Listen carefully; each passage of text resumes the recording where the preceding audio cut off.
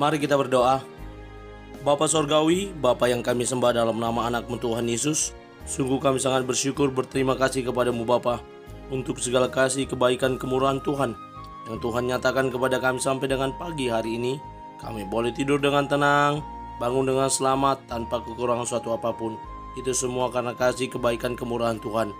Sebelum kami mulai aktivitas kami, izinkan kami untuk terlebih dahulu bersekutu dengan Tuhan, berdoa, memuji muliakan nama Tuhan, dan mendengarkan kebenaran firman Tuhan melalui channel YouTube ini.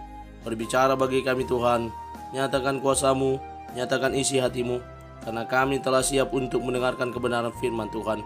Dalam nama Yesus kami sudah berdoa dan mengucap syukur. Amin. Salam Ibu Bapak Saudara terkasih dalam nama Tuhan kita Yesus. Semangat pagi. Bertemu kembali di channel Rio Nando Butar-Butar dalam khotbah 5 menit aja toko 5 untuk renungan harian. Renungan pada hari ini saya ambil dari kitab 1 Korintus pasal yang ketiga ayat yang 20 sampai dengan 21. Demikian kesaksian firman Tuhan. Dan di tempat lain Tuhan mengetahui rancangan-rancangan orang berhikmat, sesungguhnya semuanya sia-sia belaka. Karena itu janganlah ada orang yang memegahkan dirinya atas manusia, sebab segala sesuatu adalah milik-Mu. Hanya bermegah di dalam nama Tuhan.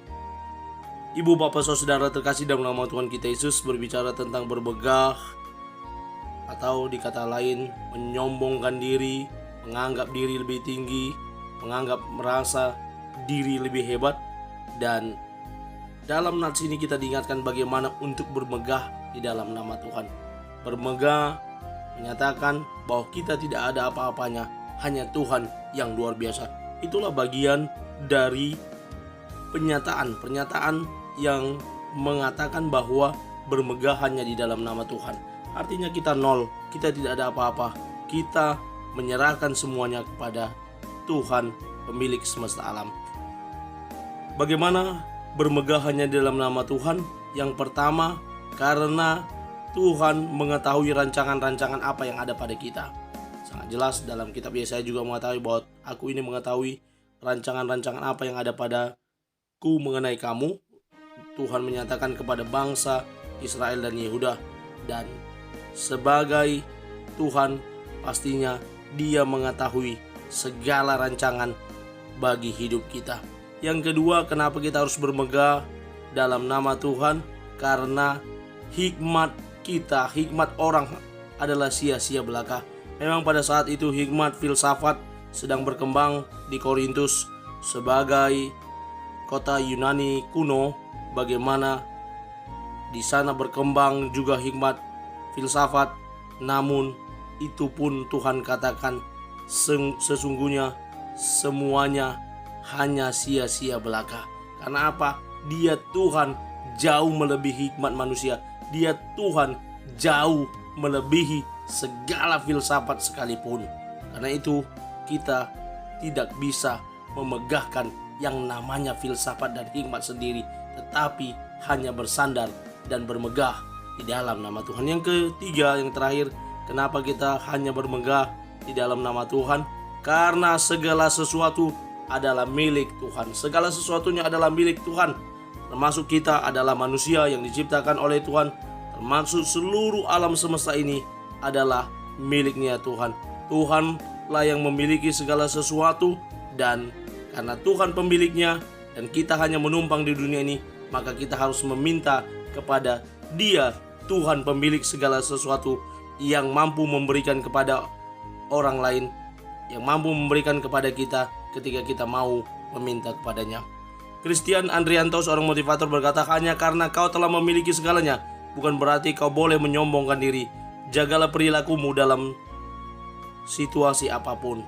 Kita diminta tidak boleh menyombongkan diri dan hanya terus bersandar kepada Tuhan, karena yang kita miliki itu hanya sementara saja. Kalau kita ingat istilah momentomori, ya, momentomori, bagaimana di telapak tangan kita ini ada dua tulisan M, yang satu momento, yang satu lagi mori. Ingatlah akan hari kematianmu. Gak ada yang bisa kita banggakan, semua akan berlalu. Lalu Francois de la Rochefoucauld berkata, penulis dari Prancis, berkata, kami memberi nasihat, tapi kami tidak bisa memberikan hikmat.